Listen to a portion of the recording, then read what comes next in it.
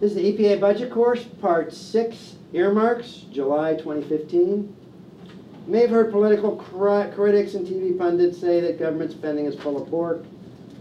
So examine these claims and you can decide for yourself if we as an agency are 100% kosher or if we trim the fat. And Joe Lehman's going to talk about it. Okay, so the first question is, what is an earmark? And actually, OMB defines what an earmark is. So if you think about it that way, each administration can kind of craft what earmark means.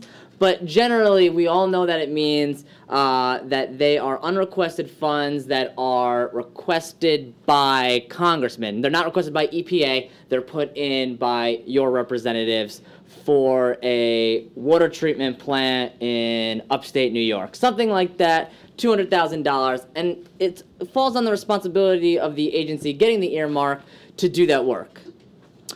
Good thing or bad thing, there are no more earmarks as of 2011. The House voted them out. So since the 2011 appropriations bill, we have never gotten one. And I think we have question number 23 on the pretest. So question number 23, an earmark at EPA would represent C, funds from Congress designating a specific project. Right. And again, we no longer get them, but that doesn't mean that we're still not working on projects or that we still don't have money from old earmarks that we're still working on, because we do. We just haven't gotten anything new since 2011. And so I guess, again, here's an example of one. And you notice it says Missouri pork producers. Is an EPA earmark. And this is what it would look like. And again, these are not in the bill. They would be in the conference language, and they fall on us to go through and decipher it.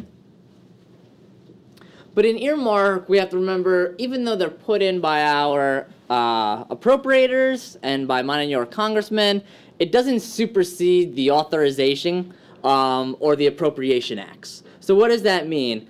There have been some cases in the past where if it gets into work being done under S&T, but it's really water treatment plant and it should be in STAG, we have to work very carefully to make sure that it gets changed in the bill language, working with the Office of General Counsel, because we still have to follow our appropriations language, and doing water work under S&T for a water treatment plant would not pass the laugh test, as we like to say. That just does not follow the appropriations law, and we would have to be careful for that, because even though they are earmarks, they don't supersede any other authorization or appropriation law.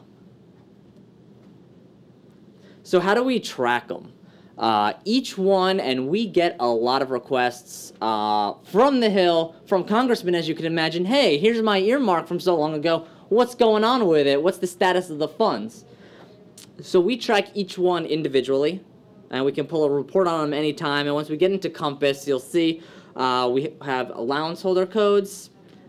We make this one really long, and we give it a 3-digit random number at the end of a 7-digit allowance holder code. And those 3 digits identify every single earmark that the agency may have, what state it's with, and what community it's with. And the add-on codes would always stay with the project. Same grant. Okay. The congressman really doesn't want to know that information. He wants to know what's being done with the information. Is that in there as well? I mean, can you come up with a kind of a status report of the project quickly? Well, that we would, for a status of like what's being, the physical work that's being done, I think that would fall on to the region, and then the region working with the state or the municipality. What we provide them is a status of funds report, which says this is how much you gave us, committed, liquidated, ULOs, available balances. We have all that budgetary information, and when we get questions from the Hill, that's what they're asking. And generally, in the rescission, I mentioned there's $16.6 million in earmarks that we are rescinding. That is money that the grantee or whoever, the proposed grantee, has actually given back to us, and they've said they don't want it anymore. Congress is they don't really like to rescind earmarks because it's their constituents, but clearly they've said this time if the client cannot use it, then it's okay to rescind that. We have next the next exercise you can do on your own if you like. We're not It's like gonna do me. that in class.